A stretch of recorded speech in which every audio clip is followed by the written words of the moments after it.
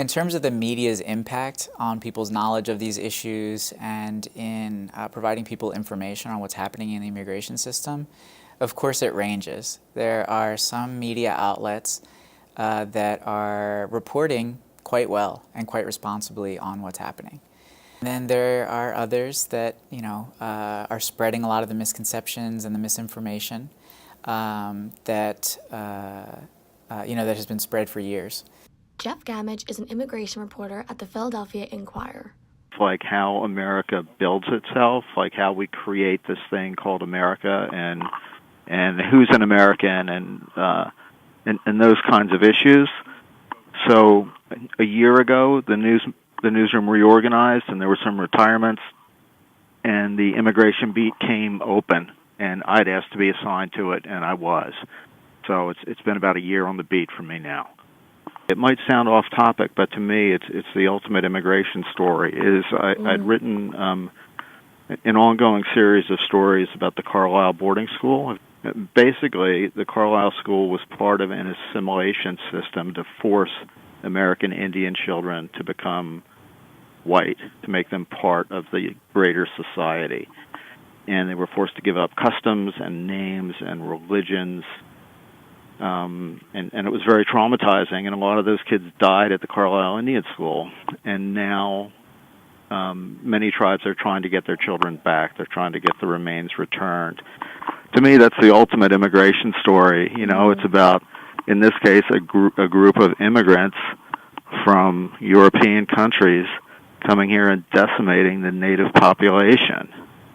So I know a lot of people don't view that as like an immigration story. They think of immigration as like building the wall in Mexico or what is the latest fight in Congress. But to me, it's a much broader topic and one that goes right back to our roots as a nation.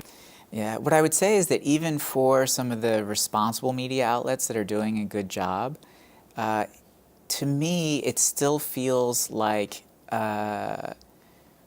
the level of urgency has been ramped up, which it should. Things are worse than they were in the past. However, things have been bad for a very long time in terms of the immigration system and the way our immigrant communities are treated.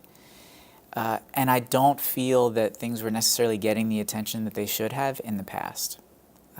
So although things are, like I said, worse now, a lot of these abuses and a lot of these problems have been happening for a very long time. And so when people say, well, why now under the Trump administration is there so much attention on family separation when then that's not necessarily new? There's some truth to that. There was a policy change and that's newsworthy. But to some extent I agree and I say, well, where was the same level of attention for family detention under the Obama administration? Or family detention under the Bush administration, for that matter, or the ramping up of deportation since the Clinton administration in the 90s, right? This isn't a partisan issue. Both sides of the aisle have been ramping up our deportation system and our detention system and collaborating with the criminal justice system in more sophisticated ways for decades. And so what I would say is I think it's important to give that attention regardless of who's in office and what's happening, and for people to stay active on these issues and stay conscious of these issues beyond this administration. So be active now, right? We need people to be active on these issues, but not to go to sleep after this administration ends, which it will at some point. It's a great topic to be reporting on. There's going to be a lot of controversy around it. When you write on immigration, you're going to hear from people.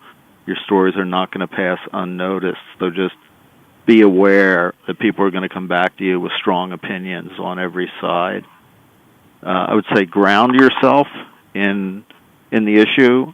There's all kinds of information on the web about all different aspects of immigration.